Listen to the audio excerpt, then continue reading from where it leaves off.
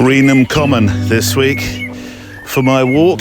Lot of silver birch in Greenham Common, a lot of it. My friend Mally, do you like silver birch? I know that sometimes I'll get a silver birch picture for you, a sketchbook just to start the day. It won't be like one of your fantastic 100 silver birch standing in a straight line pictures, but what do we go? f5.6, 160 ISO, 1/2/5. There we go. A sketchbook picture to start the show. How do I want my viewers' eyes to walk through this image and take it in, knowing that they'll be drawn to those things most? So I don't want a very bright, busy background if I want the subject in the foreground, because it's going to mean they're looking at the background more than the subject. That's Sean Tucker. Recorded in London last weekend, actually, as we were both speakers at Fujifilm's amazing Fujikina event. We were planning, or at least I was planning, to do a little London night street photography on the Friday evening with Sean, but best laid plans of mice, men and street photographers meant that we went to a spaghetti house instead and invested our time in good steaming bowls of spaghetti and lasagna. I'm getting hungry already, Neil. Oh, a way to my heart is always lasagna, or the world's best carbonara, which we identified was in Milano. I think we should have perhaps recorded our chat in Spaghetti House, but I'm not sure you're ready to hear grown men slurping spaghetti. It's bad enough when Sabarkalot is chombling on his treats. Where have you gone? Talking of Sabarkalot, come on this way. Oh, we're going that way, are we? You're deciding today, are you? Who's in charge?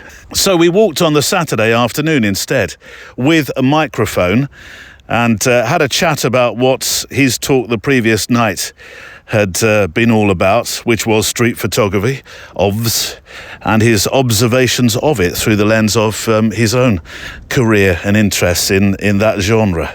So we walked around, it was close to Covent Garden in London.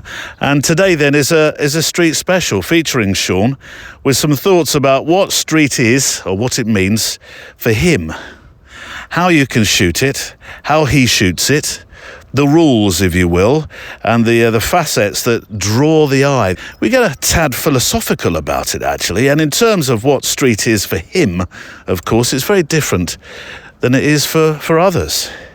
I think you'll not find many street photographers that see completely eye to eye, if you pardon the pun on that one, on what exactly street is. And that's the most wonderful thing about street photography as a genre. It is different for everybody who shoots it. Vive la différence. Which is a good way to also say that our good friend of the show, Valérie Jardin, returns for her monthly Teach Me Street feature, where two photographers... Oh, I've just trodden in something. Look where you're going. You're on Greenham Common. The cattle are out, if you know what I mean. Where were we? Yes, two photographers have offered up some pictures that we talk about. Valérie then shares her thoughts about them. And there's also some questions about the art of street photography more generally, including actually today how to stay safe on the streets. So lots to chat about on this street special. Today on the Photo Walk. Keep adding layers. Don't just be happy with the one trick you know. Work out how you can add another layer to it. Explore other places and do use a smaller camera. First of all, you'll be a lot more comfortable. You know, there's all the stuff that goes with community. Like some of us love each other. Some you can tell are like a little annoyed we found their spot or whatever. You know, there's all the stuff that goes on and all the politics. And I find it enriching. You know, if I was out here doing it myself, the motivation's harder. You know, you're a street photographer, get close, and that's part of the game. And you're a lot less intimidating that way. When everyone's got the cameras out itching to start photographing, I'm like, put them away for a minute, pair up, and just walk through the streets and point out what you're seeing, because the person you're paired with will see different things to you. Sean Tucker and Valérie Jardin, my guests on the Photo Walk show today. Alongside them, I'll be sharing some of your letters, stories and thoughts you've sent in about life and your adventures with a camera and walking boots as we walk together. It's a show shaped by you as much as my wonderful guests, which is what makes this time together each week feel so personal. It's a very different kind of podcast. I'll peek into that mailbag in a moment to see what's coming up, but before that, thank you to those who are Patreon members of our community, or extra milers as you're known, because your belief in this show, your desire to keep us walking together week after week, is the total why and how of this podcast.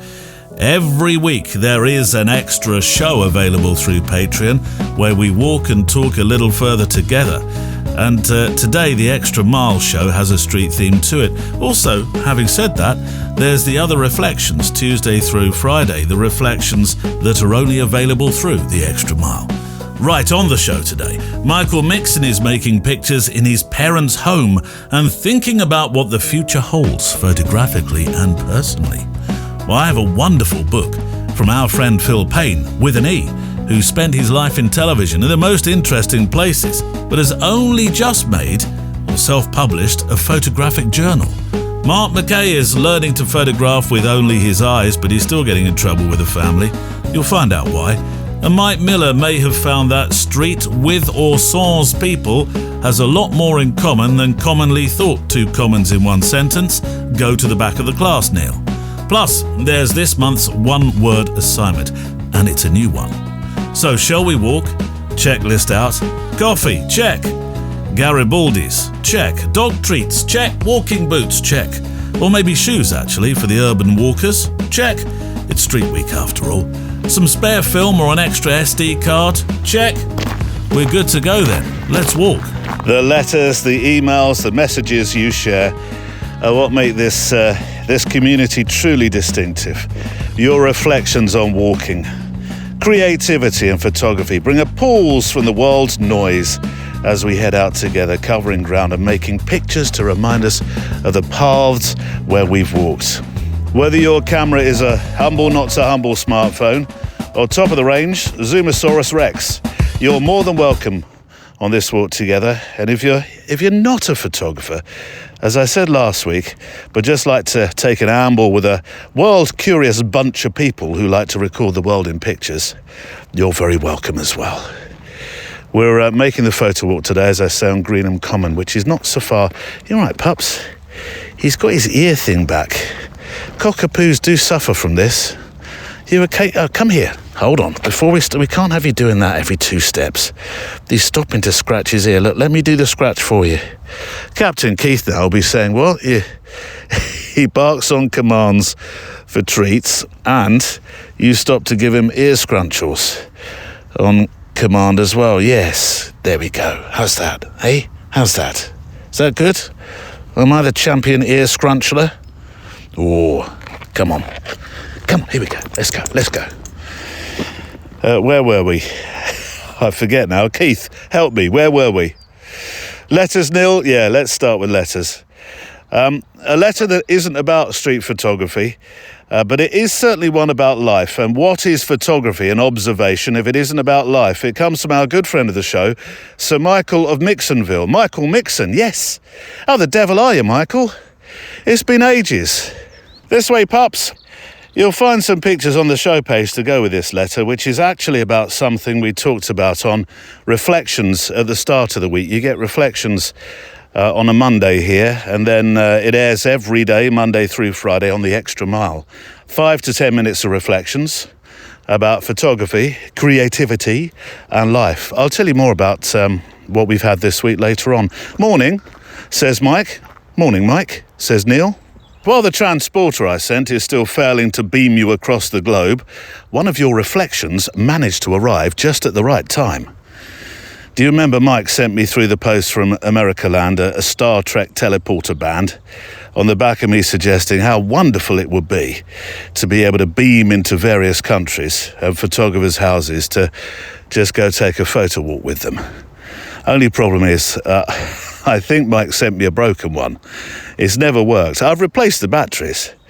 I've looked menacingly at it, but it still doesn't work. And to be honest, I should have known it wouldn't work because he wouldn't have had to send it in the post. He could have just beamed it to me. Anyways, Reflections. It's family, says Michael. That was the title. Reflections, It's Family, aired on August 12th, the week we were visiting my parents in California. That episode focused on something that's been expressed many times on the show. namely the importance of making photographs of things that, well, might seem mundane in the moment, but that are imbued with a significance that may only be appreciated years and years later. You offered some examples of ways you could photograph family, like the chair occupied by the same person at the same time, or somebody lost in thought at the sink, or photographing your parents when they think nobody's looking. What's uncanny is that during my visit, I found myself presented by more or less all three of those scenarios at the same time, while hanging out in my parents' living room. My dad was sitting in his chair, checking something on the phone. My mum was busying herself with something in the kitchen. It's a scene I'd witnessed dozens of times on that trip alone. And with your words in my head, I took a photo I probably may not have done otherwise. What I've often struggled with on trips like this is recognizing the photographic value of these moments. Since I've seen the scene in front of me hundreds of times, and nothing in the moment strikes me as photo-worthy. The lighting's uninteresting, the people aren't doing anything particularly novel or meaningful. There may not even be an interaction going on, and so I don't think to take out my camera. I wasn't always so photographically reticent in the face of everyday subjects. When my son was very young, and I was ginned up with new dad energy. Ginned up, that's an expression I've not heard of. Do you mean that sort of ginned up? I don't know if I could take this photo, so what way round does the camera go? I'm sure you don't mean that. I photographed every moment anyway, in every angle. In fact, one of my favourite photos of my dad with my son took place in that same chair. But in the intervening 15 years, I just stopped photographing those split-second time capsules. Had I been more mindful over the years of those little moments, or how they could be woven together to tell a story of time, I would have taken more photographs of him in his chair, as that's a staple of my memory. For my entire life, my dad had that chair. I think he's only ever had two, the first that lasted until my teenage years, and then this one. While he was working, it's where he'd sit with a cognac and cigar after a long day at the office. And now it's where he sits when he's reading or watching television with my mum, even though she may be asleep in her own chair, or reminiscing on their travels together by revisiting various videos of those trips. Sooner than I would like, he won't be sitting in that chair anymore. And when that happens, these little photographic time capsules will skyrocket in value.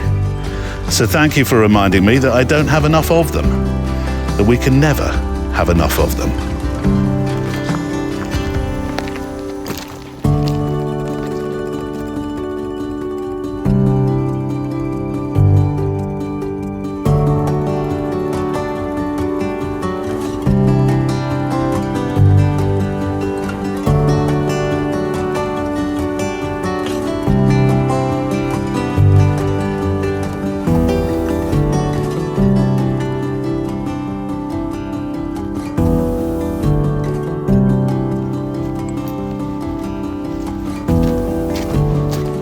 Those pictures that Michael was talking about there will be on the show page today. Go to photowalk.show and choose episode number 502. There's a colour one, there's a black and white one, and he referenced both of them within his letter. So thank you very much for your thoughts on an important subject, making legacy pictures. Let me stoop underneath the branch. That's nice. It's just given me if I had hair, it would have given me a haircut. I think that's about to fall. The email address for the show is stories@photowalk.show. Stories@photowalk.show, and I'd be delighted to hear from you. I was absolutely thrilled to get one of those touchy-feely letters in the post with a book. And even better, it was a self-published book, actually, from our friend Phil. You know Phil Paine, with an E. When the book came out of the packaging, I thought, hang about, what's all this then? Because the title was Moscow 1985, A Journey into the USSR, Cue the Song. I think we should paint some pictures of that time, or at least remind you that 85 was a period where we were entering the tail end of the Cold War. Anyway, the book was from Phil, and as I started to leaf through the pages, a letter explaining more dropped out of the book from him. Hi Neil, this is my first ever effort at making a book of my photographs, scans from 40-year-old negs and my time spent in Moscow between 85 and 89, making broadcasts from the Kremlin for ABC, the American one. I was there for the Reagan-Gorbachev summit working as a broadcast engineer. It's a strange old place, and even stranger times, but also the most interesting of times. This is sounding a bit like something from Tale of Two Cities, Phil. It was the best of times, it was the worst of times. So you Dickens in disguise. This way, pups. Let's try and steer away from the cows and the cattle there. Come on. I hope you like the book, and I'll be interested to hear your thoughts. A lot of the people in the book have sadly passed, but some are still here. Terry Ash, the great Time photographer. His pictures were often on the front of Time, including the famous, or infamous probably, Phil, picture of Oliver North with his hand in the air swearing the oath, which became very controversial, if you remember, how one photograph can end up having two meanings. All the best from Phil. First up, I did have to revisit the importance of that Oliver North picture because the name was ringing a lot of bells, but I wasn't really connecting anything. And it was a controversial story, wasn't it, from that period? So that picture of Oliver North with his hand raised, swearing the oath, that was a picture that was all about loyalty and duty. And then came the Iran-Contra affair. And that big image of loyalty that your friend made was used again, but this time to represent a fall from trust. Somebody in power, not exactly telling the truth. What's the chances of that? Anyway, Phil, your pictures in the book, superb, sir. They really are. I love seeing people's lives and work come to life in pages. I really do. And you must have another couple dozen books in you, surely. I mean, you spent that time in Beirut. I remember you talking about that. There's so many important news stories across those decades you worked on. But with this book, I'm not sure if it's melancholy, a sense of melancholy or sadness, because Moscow looks like just such an interesting place to visit, yet it's entirely out of reach, isn't it, for the moment, for obvious reasons. Don't do it, Neil. Don't do it, Neil. I'm left thinking, why can't the most powerful people on earth want to leave a legacy of good rather than don't do it, Neil? All right, I shan't finish sentence. But the pictures tell a real story of the time. Thank God you had the presence of mind to make them. And amongst the parades that you photographed, all the military flexing, there are true cameos of life in that city. A normalcy, if you like, artists in the park and kids going to parties. I think there was some Christmas. Looked like it was a Christmas market in there. But the bit I liked the most, Phil, this is the bit that I really loved, was seeing your life and your friends. That was the bit I enjoyed. And what was that bit at the end with your very artisan beard? Sir, you look very Parisian artisan, you truly do. And there was a link at the end, which I followed, to a YouTube film. Now, I would imagine you put that link in there because it was a television broadcast that you engineered. It was a very important debate, actually, on human rights, and probably the first of its kind ever between USA politicians and those in charge in the USSR. And Peter Jennings, who's a very famous broadcaster, was holding the whole debate together. But here's the bit I really liked. By accident, he says with inverted commas, American TV adverts flickered up across Soviet screens during that show for the first time, which I would imagine was a tiny glimpse of another world. So super work, Phil, super work. Love, love, love. Now, there are 3 segments today, if you will, that are about street. And I think Phil on the streets of Moscow nicely introduces a walk I had last weekend, but it wasn't in Moscow, obviously, but in London with Sean Tucker. I'm shoehorning slightly here, Phil. The night before, I'd watched Sean talk for 90 minutes about street photography and his thoughts about how he approaches street work and what street means to him. It was in many ways, and knowing Sean from his YouTube channel, a real philosophy of working with your camera on the street. So here's part one of 2 parts with Sean as we meander through the streets around Covent Garden. Sean, we were supposed to do this last night, but we went to Spaghetti House instead. Well, we did do that. Yeah, we did do that. I can't believe you had I know you can't say what it is, it's all secret squirrel, but you said, I've got to leave by 10:30 because I have a meeting at 11 p.m. Who has meetings, unless you're really obviously showbiz like you are? Who has meetings at 11 p.m.? Well, it's only because you're having meetings with Americans and their clocks are all messed up for some reason. Yeah. They're not like ours, so we have to time it. So. Why can't they live in the middle of the night with normal times? Right? Yeah, exactly. So, yeah. Been very thoughtful. But the idea was that we would just go for a little shoot on the street. We've sort of shelved that idea for a conversation walking around London. So we still get the sounds of London, which is great. But I wanted to ask some questions following sitting at the front, writing diligent. Look at these notes. I'm really impressed. There's a lot of notes, yeah. Diligently writing. I was hanging on your every word. I don't believe that. No, I was. You looked across. I'm sure you saw I was scribbling.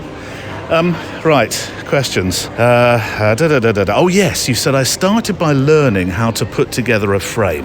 And so that was the part of the conversation where you talked about rules of thirds, etc., and then breaking the rules as well. But it took you a while to find that, didn't it? Yeah, because I think a lot of photographers will start with the rules, and there's nothing wrong with that. And I think a lot of photographers get a bit sniffy about it. Oh, you shouldn't use rules, we're better than rules. They're transcending the rules stuff. But I always recommend beginner photographers, when you don't know how to put a frame together, start with a rule of thirds or use leading lines and sub-framing intentionally. If you don't, like when you're looking at a scene and you can feel it's got potential, but you don't know how to put it together because you don't have enough experience yet, that's where the rules are super helpful.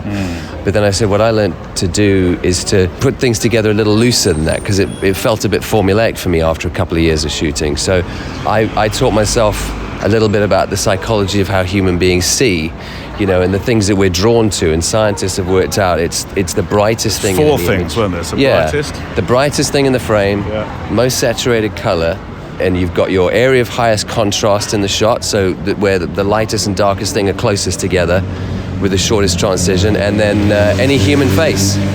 So if you think of those 4 things, you've got your frame, and you've got those points of interest that human beings will always look at. Instead of being slavish with the rules, you can be a little looser and say, how do I want my viewer's eyes to walk through this image and take it in, knowing that they'll be drawn to those things most. So I don't want a very bright, busy background if I want the subject in the foreground, because it's going to mean they're looking at the background more than the subject. But I don't need to be slavish about where that goes. I just need to consider how human beings take in an image. So that's kind of how I approach it now. What's the one thing within those 4 that's, if you like, the champion thing? I thought it might be face, because as humans we're drawn to faces, which makes it very difficult if you're making pictures that have no faces in them. But would that be the leading sense? Apparently it's not. Apparently it's the brightest thing in the frame. We've driven to tones. Like they've done these heat maps about how human beings take in an image and where they spend most of their time looking. And inevitably it's the brightest area. That's where we spend the most time looking. So if you've got a dark face in a corner of the frame, but you've got a very busy, bright background that takes up more of the frame, subjects will look more at the background than the face. So that's why we have to think. I mean, there's nothing wrong with having a bright thing behind your subject, but you have to consider that maybe if you moved or let the light hit your subject better, they're going to spend their time looking at the thing you intend them to look at. So the tonal thing is really important. I liked it when you started showing us images of where those things collide, where you get brightness and face, or you get, but then when it came to all 4, there was a blank screen that you showed because you didn't believe you'd taken one like that. Well, that's the layers of interest stuff. So that's like, layers of interest is a different group of 4. Sorry. Yeah. No, it's fine. I was listening. You won't look at your notes, that's right. So it's the layers of interest. I've been chastised by Sean. Yeah. So I told you we're listening. It's layers of interest is like trying to move beyond just making an aesthetically pleasing image. And the example I gave is there's a while where I shot diagonal shadows on walls because I like the aesthetic of it. That's fine, but you've got to try build more interest in your images than just that. So the 4 layers there are aesthetics, subject, having an interesting subject in the frame, having them engage in an interesting moment is the 3rd layer, and then some kind of alchemy, something that would happen that you can't repeat, that just is like that special sauce, that we can't describe. So I don't feel like I've ever taken an image that has great aesthetics, great subject, engaged in a great moment, and something special and timeless about that. I've never managed one of those. I get every now and again, I get lots of aesthetically nice images. I think I get 1 layers regularly.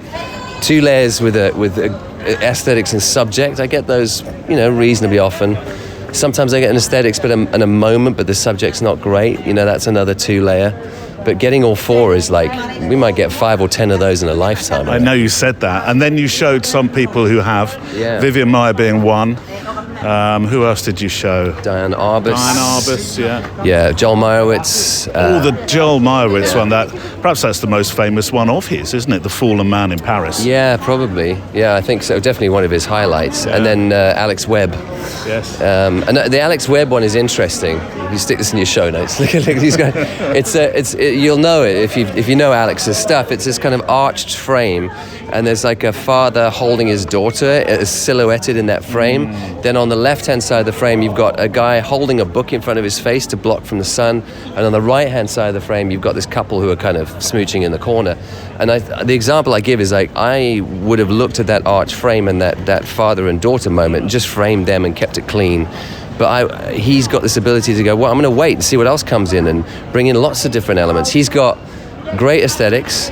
He's got great subjects, multiple great subjects, and a few different moments going on. A guy shielding his face, a father-daughter moment, a couple having a romantic moment, all in the same frame.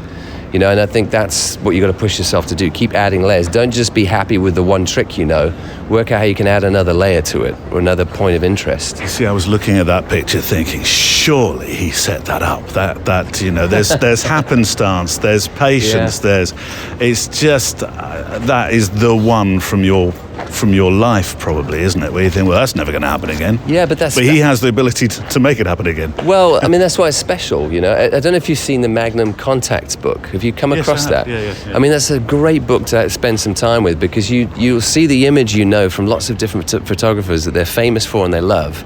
But then you also see the shots they took before it and after it to get to that shot. Yeah. And you realize it is just hours and hours and hours of making a mess and taking 99% bad images to find the one good one. That's how we get there, Well, that book actually it's at a prominent position on one of my shelves because it makes me feel better about myself.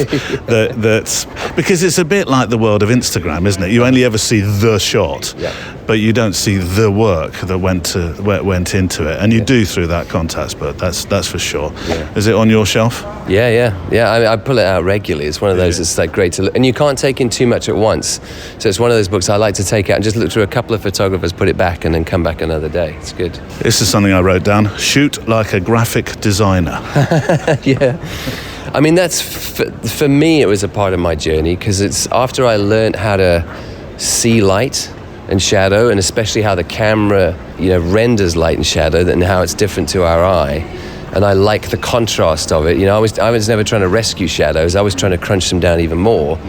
Then you have blocks and shapes of shadow in your shots. So I always thought about it like photographing like a graphic designer, and having, you've got graphic posters in your room, or modern artists who use shape and color in their frames. So thinking, instead of trying to just tell a clean story with a deep dynamic range in my image, what if I embrace the contrast and the blocky shadows and arrange them like shapes, and made that a pleasing composition instead. So that was kind of a key moment for me, finding a style that worked. Yeah, it felt to me like you were quite hard on yourself to start with, where you were making these pictures which you've become reasonably well known for. Your beautiful colours, people walking in, faces that you don't recognise. But then you started showing pictures by Fan Ho was one of them. I know you're a big fan of Fan Ho. There were 2 others as well, weren't there? Trent Park. Yes, Trent Park in particular. Where you sort of gave yourself permission to shoot in that style, because Yeah. people have been saying that meeting you had, and I know you can't say the name, with a very famous street photographer who at the end of your conversation with him said, by the way, Sean, you're not really a street photographer. Please don't call yourself that. Exactly. Yeah. How dare he? But yeah, I think for me it was the fact that shadows and light were more my subject than the people who were moving through the frame. Yeah. You know, and I think that's not, for most people, that's not enough in that traditional vein of street photography to call it that, because I'm not a reporter out in the streets talking about subjects and events. Yeah. It's more playing with what's available. For me, that still fits into street photography because I'm taking photographs and I'm using the streets to do it. But, you know, for some people that's not enough. And then finding those other photographers who are much better than me and been doing it a lot longer than me, who used a similar style, although much better than I did, kind of gave me permission to go the same road. Yeah.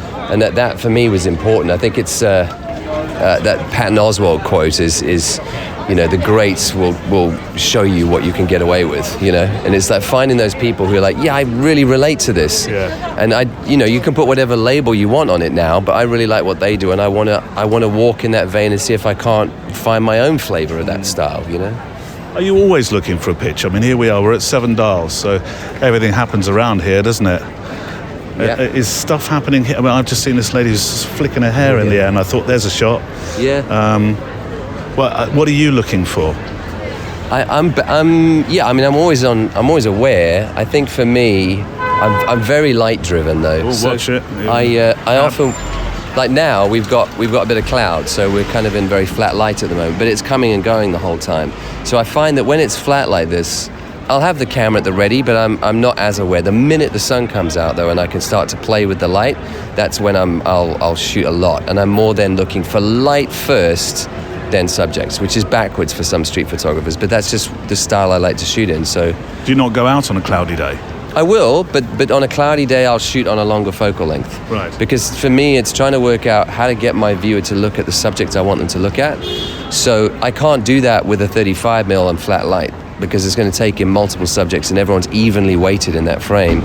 But if it's flat light on a day, I'll take out an 85mm, a faster prime, so that I can use depth of field to isolate subjects and show you what I want you to see. So it's kind of a different mode. So in my bag, I've got like a 40mm, which is great for kind of good lights. I've got a 55 and I've got an 85. The 85 is going to come out now, so I can isolate subjects a bit more, but when the light comes back in half an hour, I'll probably switch to the 55 or the 40mm. No. Excuse me, you said yesterday travel light.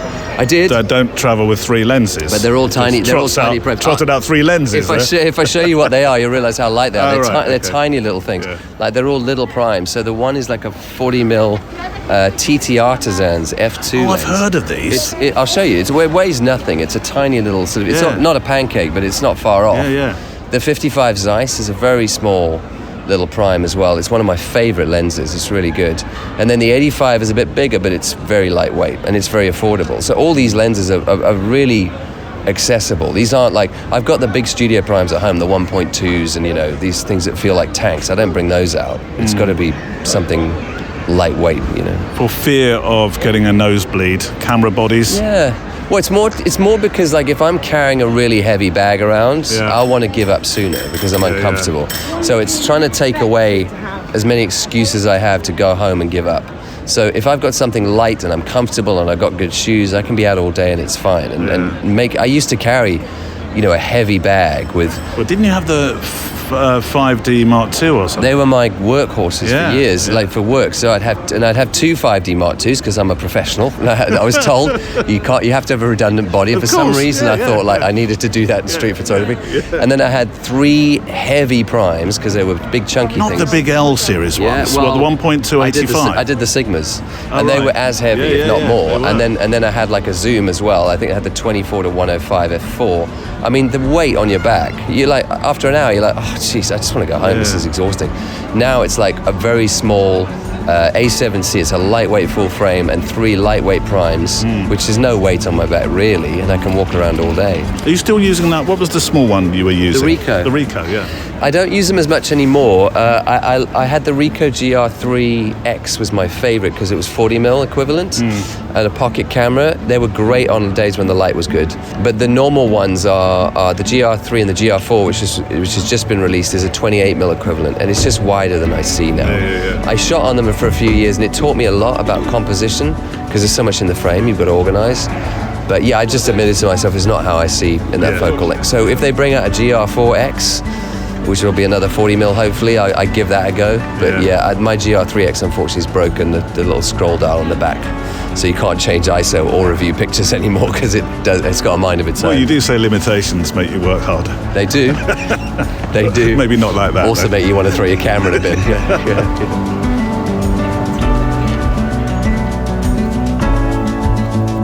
And Sean Tucker is back shortly for part 2 of our conversation, after we've heard Valérie Jardin with Teach Me Street shortly. Now, next week it's the Scottish Special, recordings made during this year's retreat. And we'll be officially launching next June's return to this special place, with a few differences actually. Very excited about the new look Scotland. Well, Scotland isn't changing. I don't mean that. I'm not sure that our presence is that powerful, just the retreat. Some new adventures, creativity, and in a landscape sense, some new challenges too. Right, as we move through autumn and toward the year's close, we kicked it off last week, but here we go. We're kicking off the feature called The One, which is the name you chose from your votes. It's your best picture of 2025. The photograph you made this year as we travelled once around the sun. The one that's most important to you. The idea is simple. Choose one photo you made this year, the one that means the most to you, and share, please, a short story about it and why it mattered. It could be a picture that made you laugh. Maybe it was a very highly emotional moment, an image that marked a celebration, a farewell, a place that's special to you. It's all manner of things. Maybe something that immediately stirs you as you look back at the photograph. So if you'd like to take part, send your picture to stories at photowalk.show, stories at photowalk.show. And this bit's very important. It has to, I'm looking at my other listener here, be a picture you made in 2025. Just one photo, please, along with a few words about its meaning.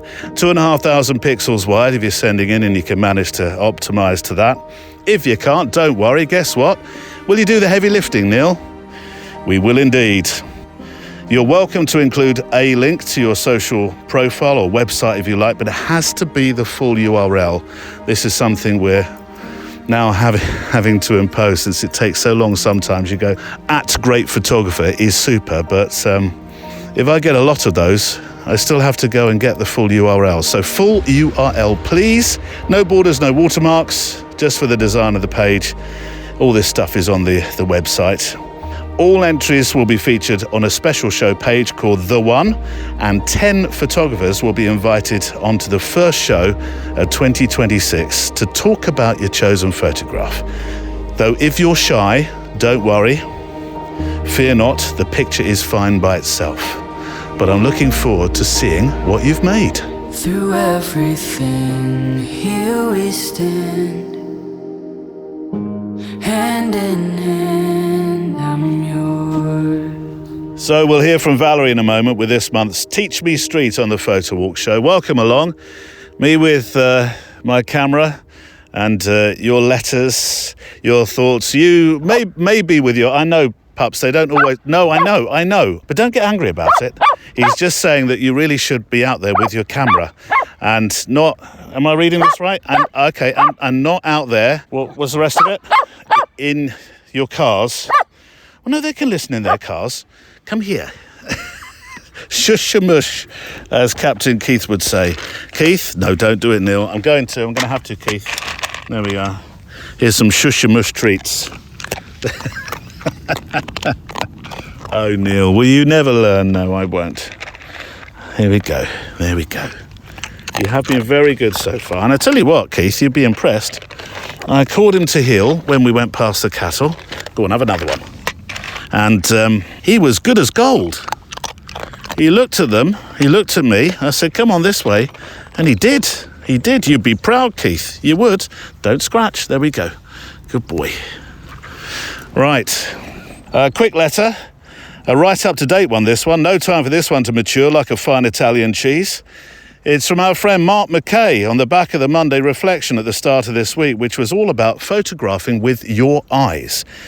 Now, after I made the reflection, I did appreciate that that's always what we do. We use our eyes to make a photograph. Yes, I got that. What I meant was minus sans camera, just photographing as if your eyes are the camera. From Mark, hi Neil, today's reflection was timely. We're travelling through Italia for a few weeks, lucky you. If you are going past Milan, no? Give my regards to the chef in Pino, say hello to my good friend Michael, and try out the world's finest carbonara. I'm sure you heard me talk about it on the show a couple of weeks ago. Anyway, I've brought my Fuji X100 instead of 10 kilograms of DSLR plus lenses. A huge improvement, and probably very good for your back, Mark. However, my family likes to keep moving, and I do often hear, not another photo stop. Probably very much like that. So seeing with my eyes has become as important as has the snatched sketchbook photo. Say that 10 times quickly in a row. And yes, I made a few deliberate photos as well. This isn't the first time I've adopted the take a picture with your eyes thing, not always with a camera, but it does come with its own challenges. Family comments like, what you staring at? You see, can we move on to what you're staring at? They've just replaced one with the other, Mark.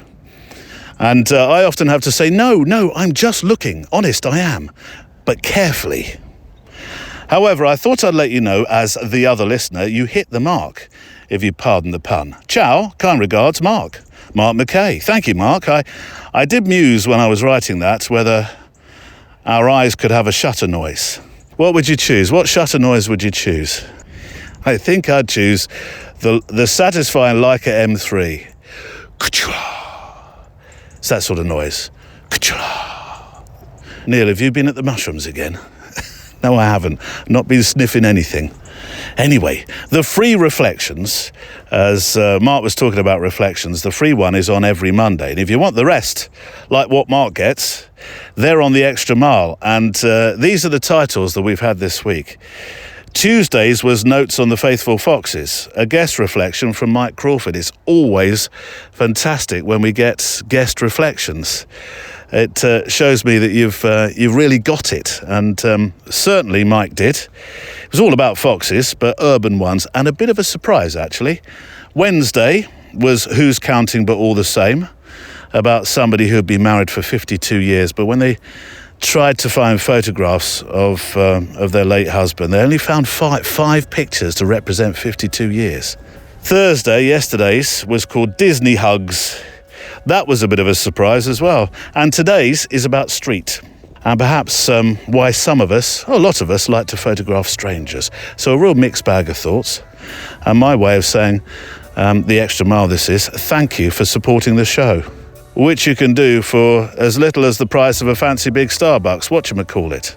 Other brands available.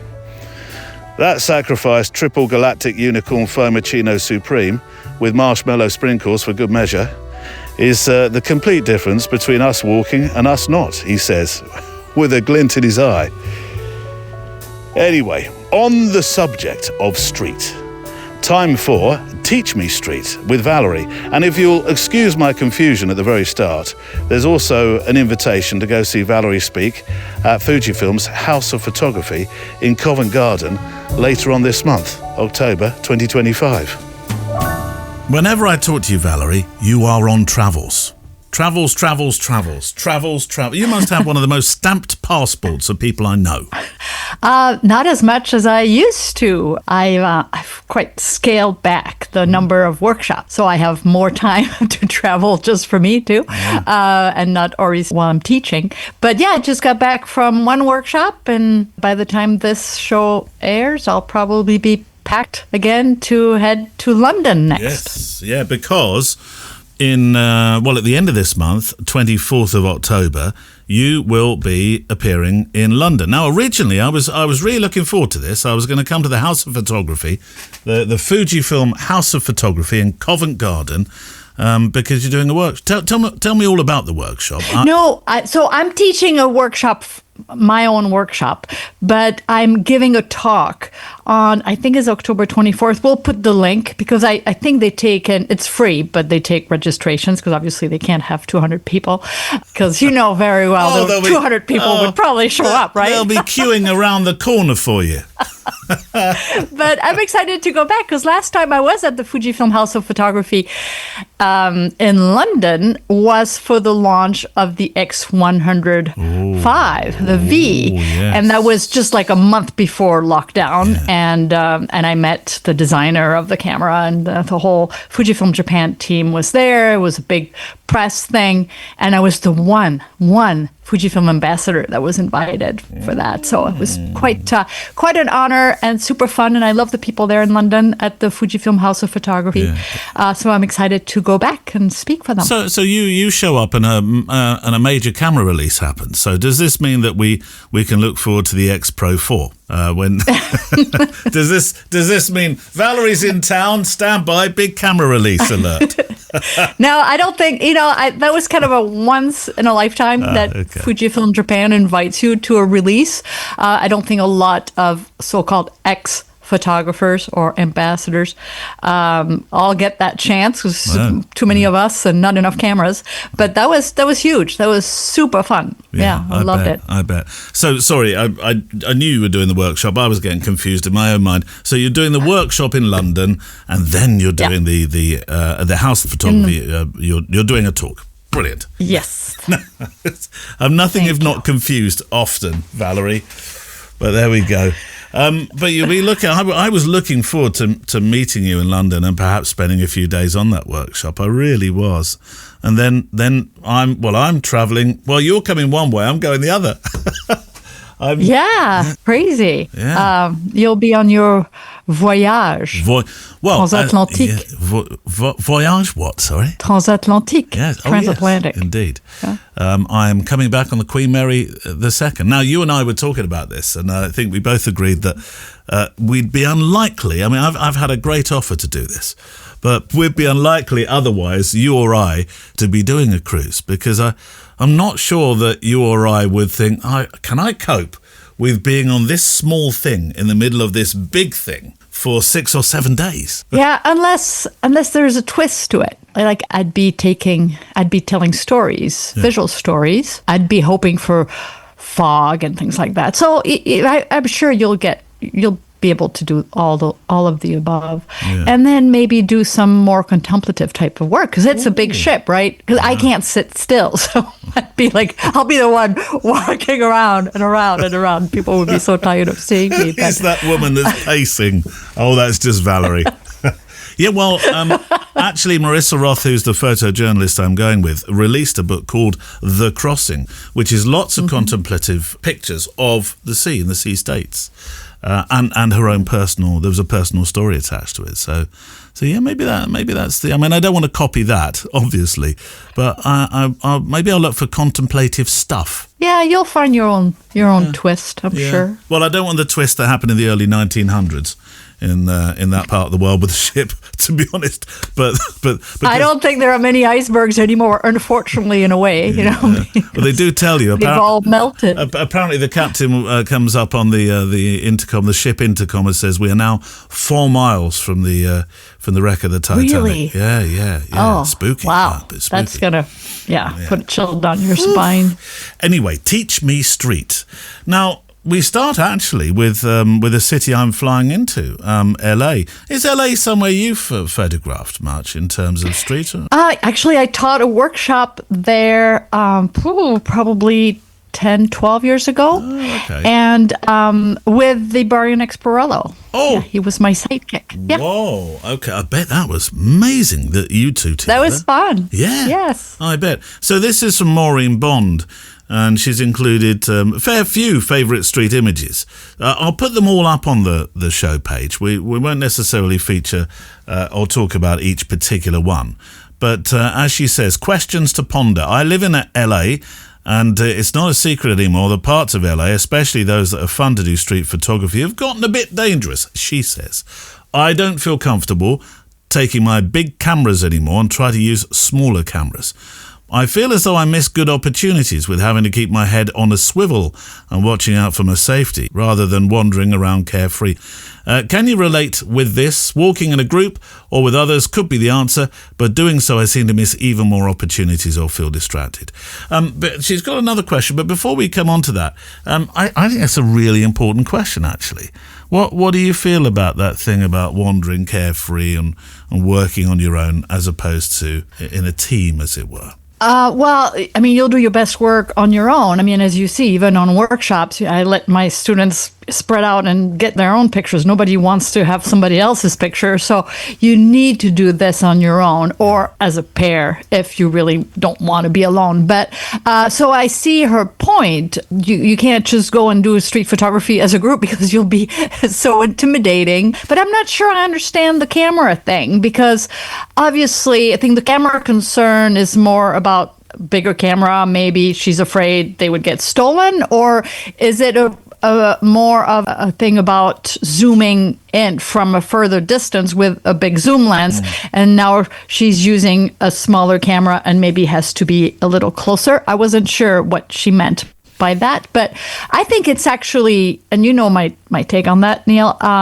Don't use a big zoom lens in street photography. As a subject, I would not like it. I prefer people come up close and photograph me. If I notice them, well then, that's one thing. But it's not something you want to zoom in with a 200 or a 300. First of all, you won't have the same look as you do with a wider angle, which is what street photography really is all about. The viewer has to feel like they're part of the story, that you're right there, and you get that with a wider lens. So keep using smaller gear. Don't be afraid to get close to people. If you go to the same neighborhoods over and over again, people will get to know you.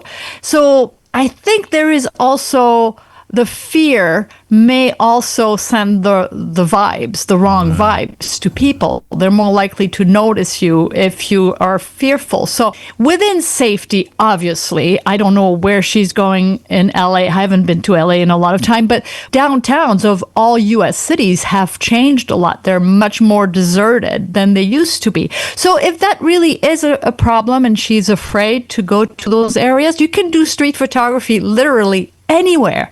Go to the beach, go anywhere else, go to explore other places, and do use a smaller camera. First of all, you'll be a lot more comfortable. I wonder whether people have a radar for long lenses. I know that I see photographers, I see street photographers, and I think, long lens. It's almost like somebody's trying to be more surreptitious.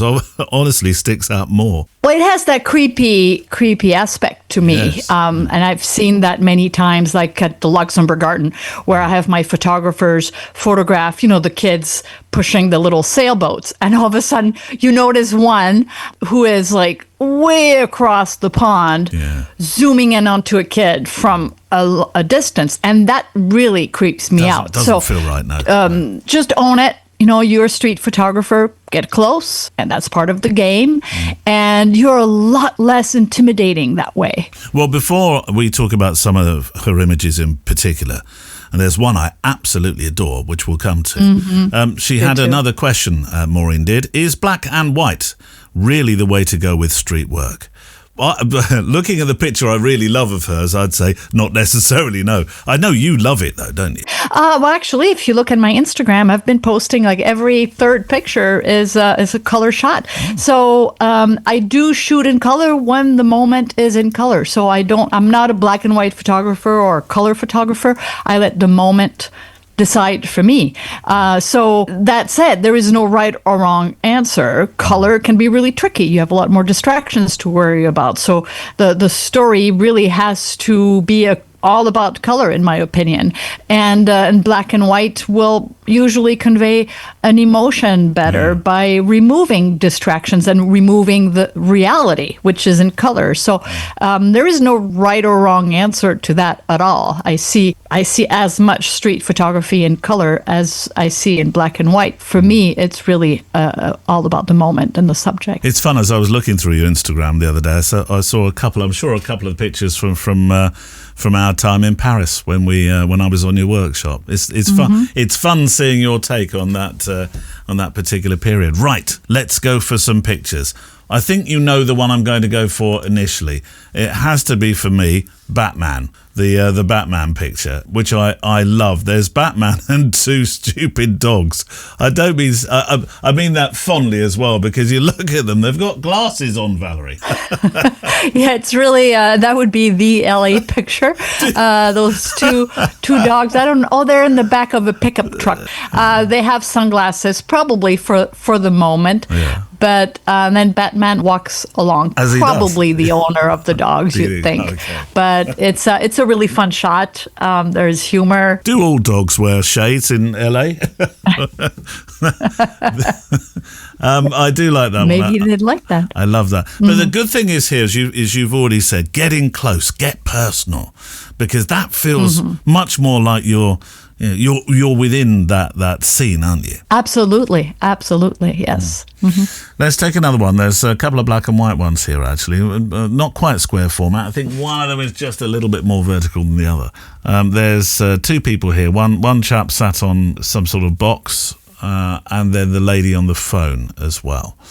So, both very candid. Thoughts? There is mystery. It kind of makes you wonder what they're actually looking at, and as they're gazing outside the frame. And I like the square format. I like the background. Again, that's very very plain background. They're in front of a shutter or some kind of a garage door that's closed. So removing all distractions so that the viewer stays on the subject. I quite like it. And two very interesting subjects, especially the woman standing nice and tall and proud, and her beautiful hair and dress. So quite like this shot. Now, I don't know what you're going to say about this one. We've talked about poverty. We've talked about being careful when you make photographs of people on the street, always to have a sense of respect for them. Of course, sometimes when you photograph people that are perhaps waiting to, this could be a busker as much as actually somebody who's fallen on hard times, but definitely the chap that's looking in the bin, that feels to me like that's slightly more towards the poverty angle of making a street picture. I'll put this on the show page and it'll make more sense, but what's your thoughts? Well, I worked with homeless people when I did the reportage with Joshua Coombs in Paris and New York. And so my approach was really to tell the story to raise awareness, so not the snapshot. And so I would encourage people to actually use their photography to raise awareness, but not photograph homeless people just because they're there and they're easy to photograph because they're not moving. So really take the time, start with handshake and listen to them, make them feel visible, because that's universally the biggest thing for them is that they feel invisible. And listen to them, and then ask them, can I photograph you, and then tell the story in multiple frames. So that's my preferred way to photograph people in vulnerable situation, such as homeless people. Here there's definitely a story in this one shot. There's one guy in the middle with a sign and a hat for money, one person looking in the trash, maybe to pick up some remnants of food or something, and then a woman looking at that person. But then the text above the signage really works as a juxtaposition. Play the lottery. So I think that's the juxtaposition that Maureen was going for, is the signage, which is really a part of the lottery. And I know juxtaposition, when you do your workshops, is something that you ask us to go find and be open to look for. Yeah, So, yeah. Right absolutely. Now this one is going to be right up your street because it's not on a street. You often talk about street photography being on beaches, etc. And here is one from Colin Mayer. Now, Colin's got an upcoming trip he's making to Montmartre in Paris. Have I pronounced that in any kind of way that's a little bit French? I haven't, have I? Montmartre. Yes, that was close. I would have understood it perfectly. Yeah. I've never been there before and was wondering if Valérie has any tips about how to choose a theme.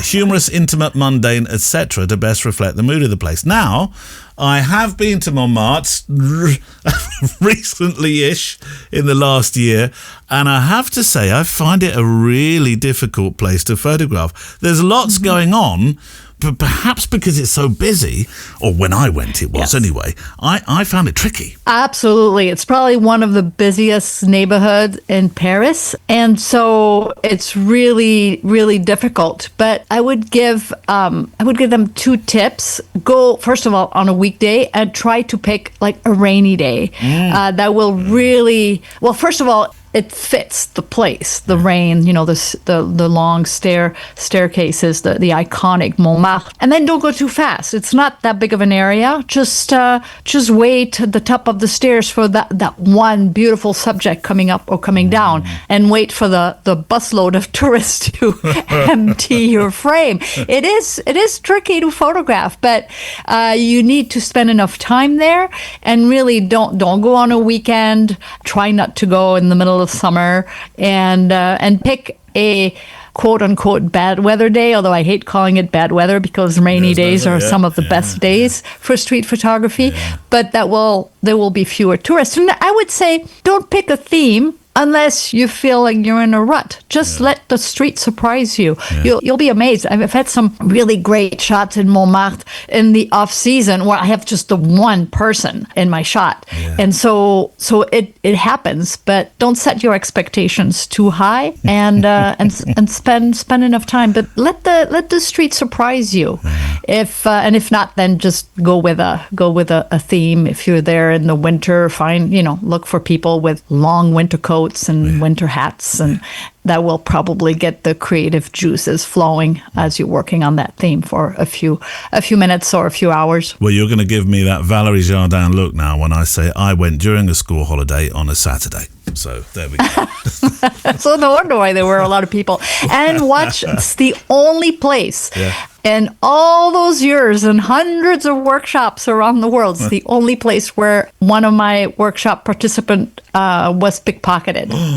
So there's, especially as you leave Montmartre and everyone channels into those narrow streets as you go back to the metro station, don't have your phone in your coat pocket. It happens so quickly. And one of my students lost her phone that way. So, she saw it happen. It just happened so fast. So busy. So be really aware of phones. That's the easiest thing that's going to get stolen. They don't go for a wallet or anything, but a phone is such an easy thing to grab because they see you pull it in and out all day long. And then they just say, just put it on her coat pocket, and then boom.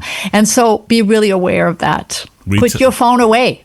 We tell our boys that. Put your phone away, we say, when we're anywhere busy like that. Now, you might be thinking, but you were talking about a beach a moment ago, and the picture that he sent in is one of a beach. It's a beach scene. It's a street photography scene on a beach. Look at these colours. I'll put this on the show page. There's the chap in there, so there's our street photography person. There's scale. There's this is gorgeous, and the light is amazing. It's like tobacco light. It's beautiful, and that little bit of red. The subject is wearing red in this beautiful gold color, and it's just really beautiful. That's my type of travel photography. Totally.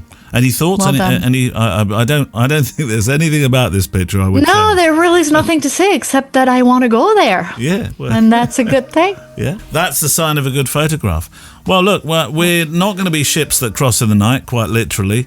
This particular occasion when you're in London and I'm in the middle of the sea still.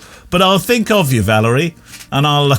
As I'm wandering around the deck for the umpteenth time, thinking, how would Valérie deal with this? It's like a once-in-a-lifetime experience. So I envy you, even if, I think 7 days would be a long time for me. But you'll be I enjoying. think it's going to be unforgettable. You'll be enjoying yourself. You're doing your street course and then your workshop. That's right. And then you're doing your talk. So I'm sad to be missing. Are you coming? Are you coming to Paris in January? Well, I may well be. You'd love it. Oh, Paris, the winter. There's 2-3 spots left. The winter coats, the hats. It's so beautiful. The light, everything is so different. I mean, you enjoyed it in July, right? Yeah. But I think January is one of my favorite times. I loved it. Can you order some rain, please, for one of the days? Oh, I'm sure we'll have a little bit of everything. Wouldn't it be great to have a little bit of snow? It's rare, but for a workshop, a little bit of morning snow. Snow? Which is so amazing. In Paris? I don't think that happens these days, does it? It happens every year. Yeah, there's a little bit of snow every year. A flutter. And everything shuts down. There we go. My thanks to Valérie, who returns next month for more Teach Me Street. If you'd like to send in a question or a photo, then please do. We've got a few in the bag waiting, that's for sure, but there's always room for more.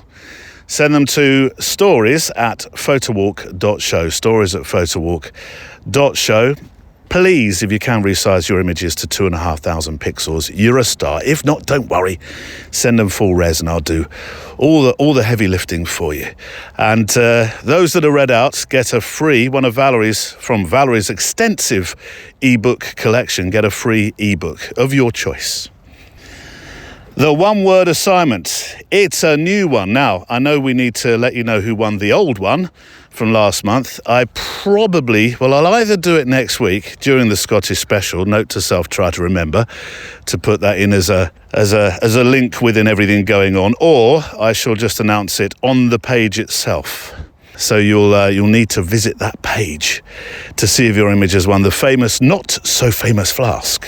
So we have a new one. Here comes your challenge for this month. I will tell you how you can take part in a moment. It's with former guest, the lifestyle, food and travel photographer, Liza Gershman. The Photo Walk assignment. Liza, a one-word assignment. What word? Now we're almost 2 years into these one-word assignments, so it's getting harder, I think, to find original words. What's yours? What's yours going to be? Grounded. Grounded. I suppose that plays quite nicely into your experiences of traveling the world, because I think during our interview, really, something that came across is your feeling of being grounded in these places. Is that what you mean by grounded? What other meanings could it have? I like the idea of grounded as what we do to center ourselves and to create the best art that we can. Mm-hmm. So when I was a professor, I encouraged my students at the start of class every day, we did a meditation. Yes, I'm a California hippie. And so grounded, and then my connection to food, which would be grounded the earth, the land, actual grounding, the farmers that I'll be photographing very soon. Grounded is definitely what travel helps me feel, even though some people say it's an escape. I never feel more connected than when I'm traveling. So that's how I ground myself into humanity, is to travel and to look through a lens. So I think it's many, many different ways, but grounded, that's my word. Send your pictures to stories@photowalk.show, stories@photowalk.show, 2,500 pixels, if pos, or full res is fine, and I'll do that heavy stuff. No watermarks, no borders, etc., all rules are on the page.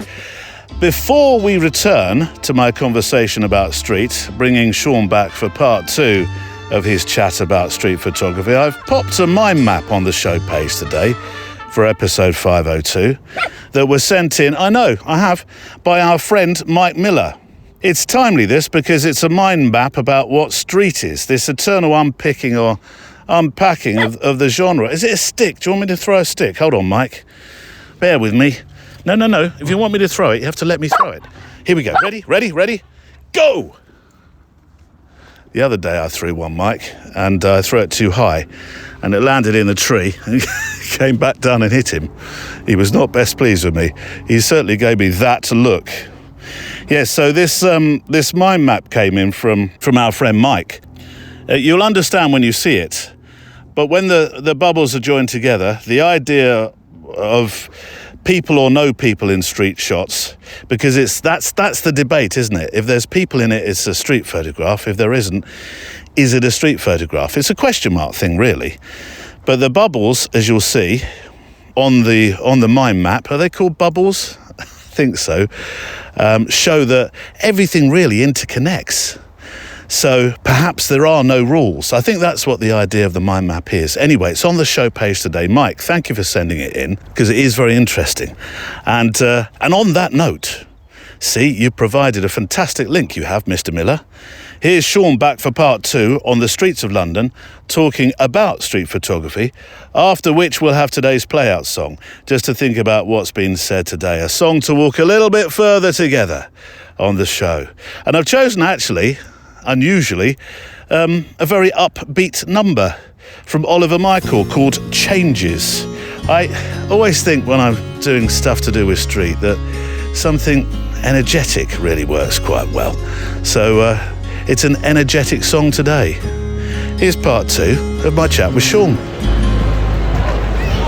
I've just spent a couple of weeks in Scotland on retreat. And one of the chaps that we meet very regularly, because he runs the darkroom sessions, is a chap called Matt Sillers, Dr. Film in many respects. What he doesn't know about film isn't worth knowing. But he was talking about the language of... Oh, watch your back there. Let's not get us squashed, Sean. He was talking about the language of photography, and this is sort of very macho thing that photography is. We talk about, for example, we capture or we shoot, and all those words. And there are other words, actually, and you introduced them last night: fishing or hunting. You know, all these very macho words. Fishing and hunting are particularly important, though, in street photography, because they describe very well 2 particular methods of photographing. Yeah, so I've moved you onto the street here. Let's go over here. That's okay. The idea is that there's kind of, broadly speaking, 2 camps, right? So street photographers will generally fall into either fishers or hunters. So yeah. I would class myself as a fisher, right? And a fisher is somebody who finds the space, the light, and the composition first, and then waits and sort of lines up the shot and waits to see who comes to them, what moves through the space, right? A hunter is somebody who walks a lot, moves a lot, and tries to find the characters on the streets and follows them and tries to get photographs of very specific subjects.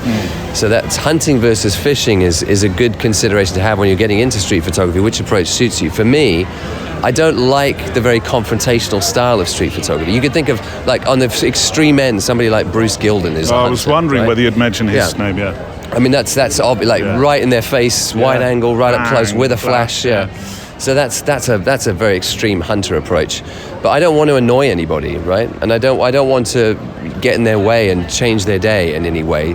So I find that if I find the space as an introvert, if I find the space and people come through, they're never saying, "Hey, did you take my photograph?" and getting aggressive. They're usually saying, "Oh, I'm sorry, I got your shot," and then, we can have a giggle and say, "Don't worry, I was waiting for you." That idea. Do you really say that to them? Yeah, I have done before. It just breaks the ice. It's nice, and it's a completely different interaction, one which suits my personality more, where I don't want to annoy anybody. So you've got these 2 approaches. You've just got to work out, what do you want your images to look like at the end of the day, and what suits your way of interacting with the world. There was a favourite picture of yours you showed last night. I don't know whether this fits into fishing or not. I suspect it probably doesn't. But I tell you what it gave me. Well, I've used this word a lot of late, permission. And the permission you gave me was to observe. There's this thing about street photography as needing to have people in it. Yeah. You told a complete story about somebody through their dust cart. Yeah, it was on South Bank years ago. I mean, Londoners will know these kind of dustbin carts that get carted around and people sort of pick up trash. And I'd noticed this guy's cart. It was sitting in a nice bit of light too against a face brick wall. But when you look closely, I mean, why would you take that photograph, right? Why would you shoot something that's just an object like that everyone's walking past all the time. They're so ubiquitous. But when you look closely, you see that he's tied it so carefully. The bags are folded very neatly. He's tied everything on that he needs, all his little, tools to pick up trash, and everything's very neatly laid out. And then when you look closer, you realize he's got stickers on it for things that he finds interesting. Yeah. And there are kid stickers as well. And when you look, there's also a photograph tacked up of what must be his grandchild, right, or child, like as a baby, in a photograph that's pinned on the side. And I just realized there's so much about this little object that speaks to the person who uses it. They're probably a perfectionist or a neat freak, right? The way they lay it out. They've got a family. They love their family. They want to show their family off even at work, And that tells me so much about the person who uses it. And it just reminds me that on the street, the things people leave behind can tell us as much about them as them being in the photograph themselves. So I know some people would say, well, street photography has to have people, but these kind of hints of humanity that get left behind, these little objects that tell their own little stories, I think are equally fascinating. Many people get a bit chopsy with the word layers.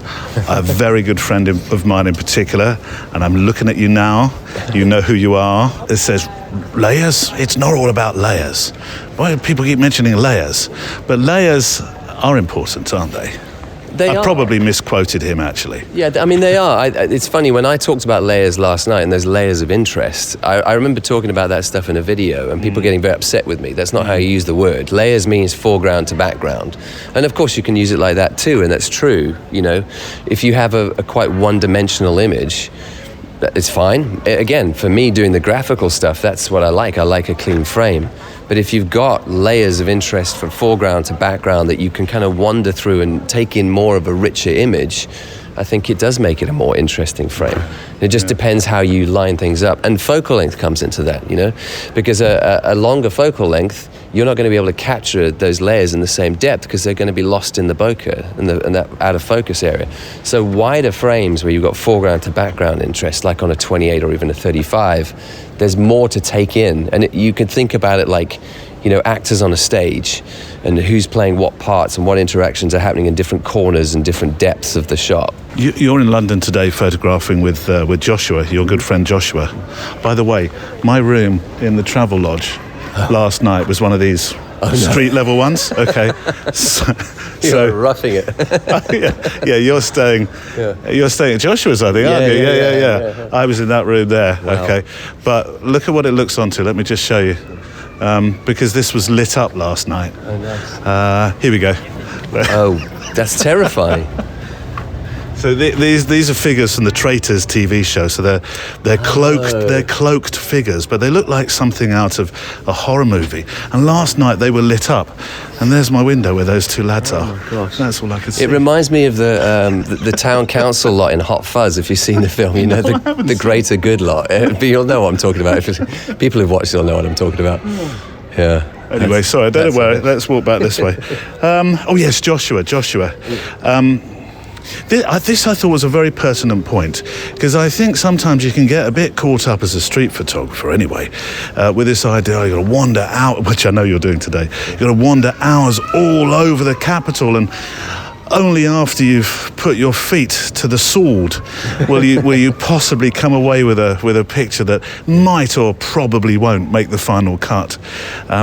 When Joshua K. Jackson's book, it was about Soho, wasn't it? Sleepless in Soho. Sleepless in Soho. Yeah. When you mentioned that was a real lesson in patience, and a real, it was a real lesson, I think, in saying you don't need to walk all over a large area. Yeah. You can encompass a small area and make that your focal point. Yeah, when I first met Josh, for those who know London, we actually met for coffee at the Picture House Central downstairs in the cafe.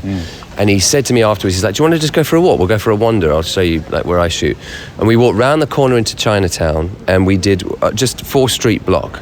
And after he put this book out, he said, every photograph in the book is just in these 4 streets like this.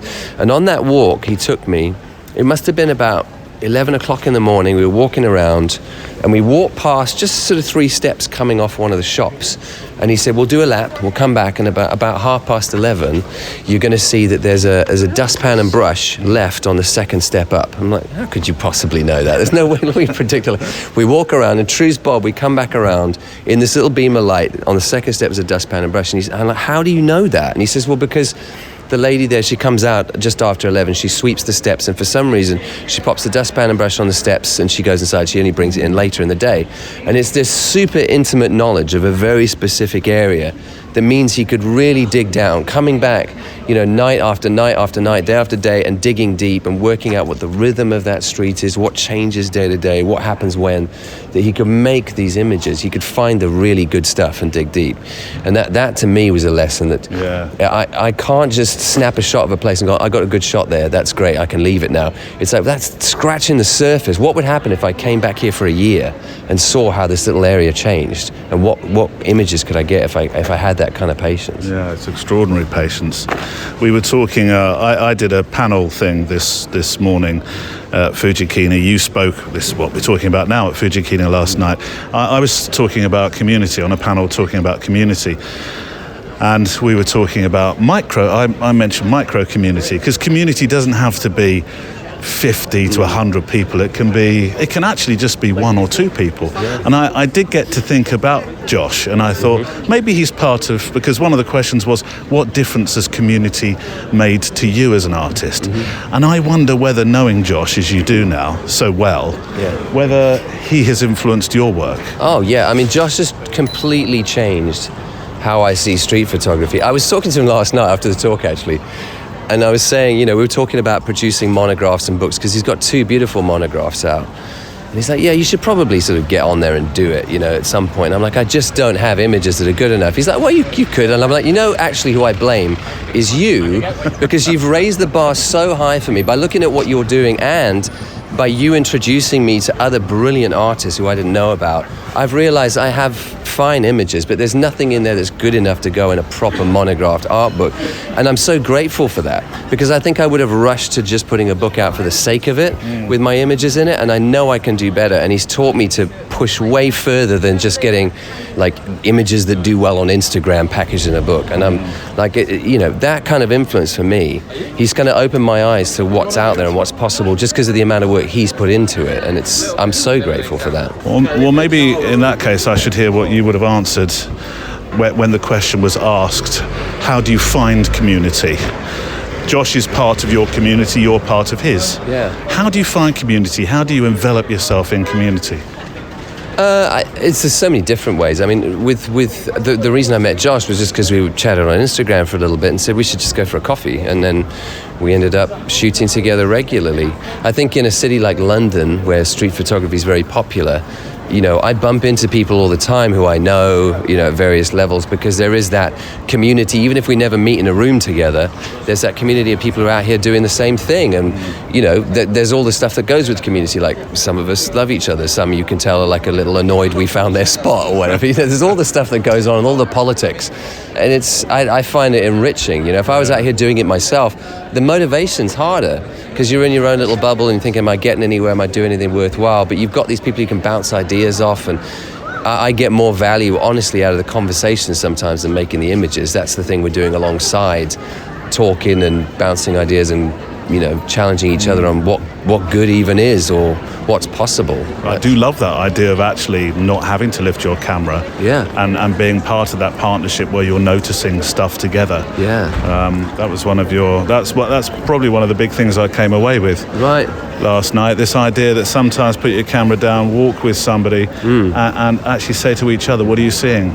What are you experiencing? Yeah, I've done it on workshops a couple of times. You'll start the street photography workshop and everyone's got the cameras out itching to start photographing. I'm like, put them away for a minute, pair up, and just walk through the streets and point out what you're seeing, because the person you're paired with will see different things to you. That bit of light's interesting, that character, that storefront, that little object that's left behind.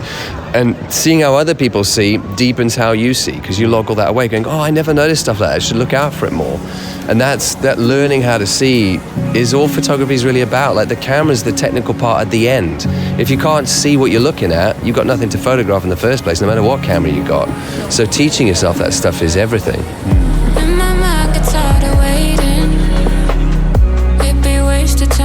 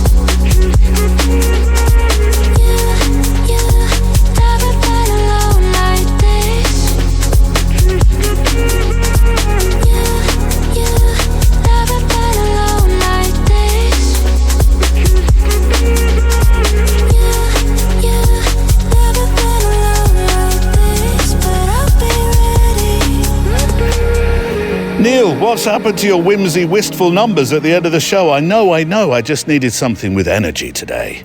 An increased tempo. The street does that for me. And when we do the American specials coming up, oh, look at this. Hold on. Oh, look, a squirrel. It did sound like that, didn't it? No, not really a squirrel, Barney. It was a turn of phrase. This is one of the things I really love about Greenham Common, and I haven't seen this for a while. What way round should I make the picture? It's an old post. It's a security post. They probably would have had barbed wire all the way up it or something to keep the marauders out, as they called them. And I think they've left only a few of these posts in. I've only ever seen 2, possibly 3 of them that are solo concrete posts. Let me just get a picture and you'll get what I mean. Here we go. Let's choose F.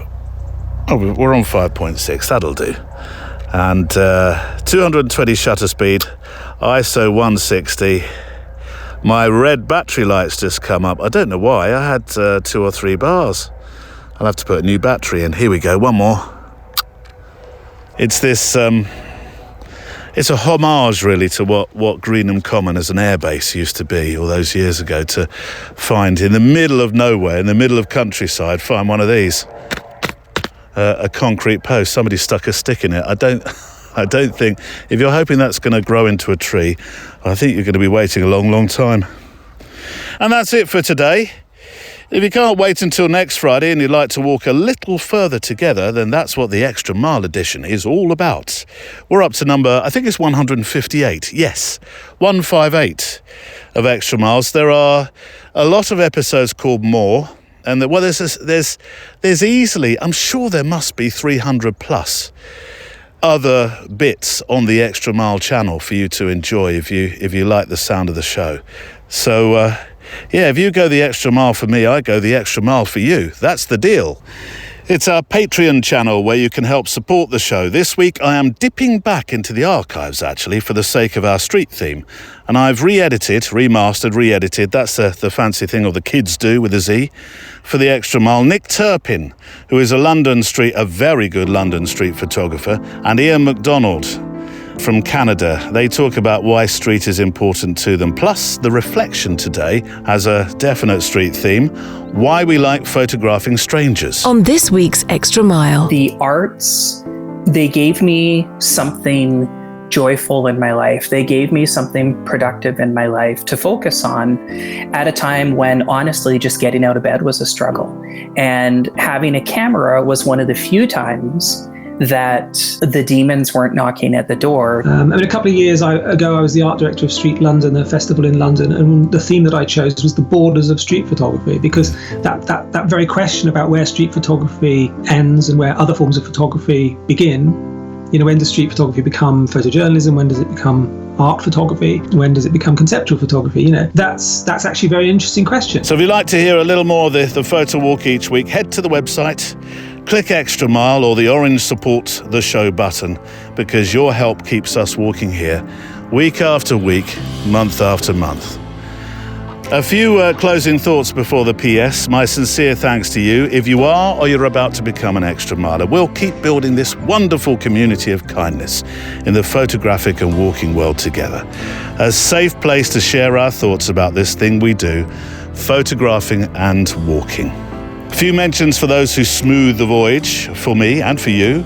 My thanks to Neil Ford, who looks after IT, to Andrea Gilpin, who keeps a watchful eye over Instagram, as does Kelly Mitchell for Facebook, to Kelvin Brown, who's at the helm of the Flickr group, and to Michael Brennan, who compiles the music of the show onto a special Spotify playlist. Write a postscript for the show. Today it is from Patton Oswalt. As Sean mentioned him, he mentioned a quote from Patton earlier on during our walk around London. Patton Oswalt is an Emmy and Grammy Award-winning American stand-up comedian, actor, writer, known very much for his sharp wit. He has a lot of thoughts and quotes, actually, about being a creative. Some I could use more than others. Anyway, I wonder what other gems he might have said that we can use for inspiration in our creative minds and lives. And actually, the web came back with quite a few. of creativity, he said you have to be ruthless with yourself in terms of being honest about what's working and what's not. Okay, right you are then. He also said when you're a creative person, you just want to keep moving forward. That's how you stay alive. But this is the PS I think from Patton that I want to leave you with today. If the victories we create in our heads were let loose on reality, the world we know would drown in blazing happiness. That's why we keep imagining, we keep creating, because those small victories, even the invisible ones, are what carry us forward. What's there to hold in the light of this moon? My mind keeps searching, but my heart decides. Thoughts can be cruel, they're not mine to hold. The space unravels when you let go. The Photo Walk is a Loading Zone production.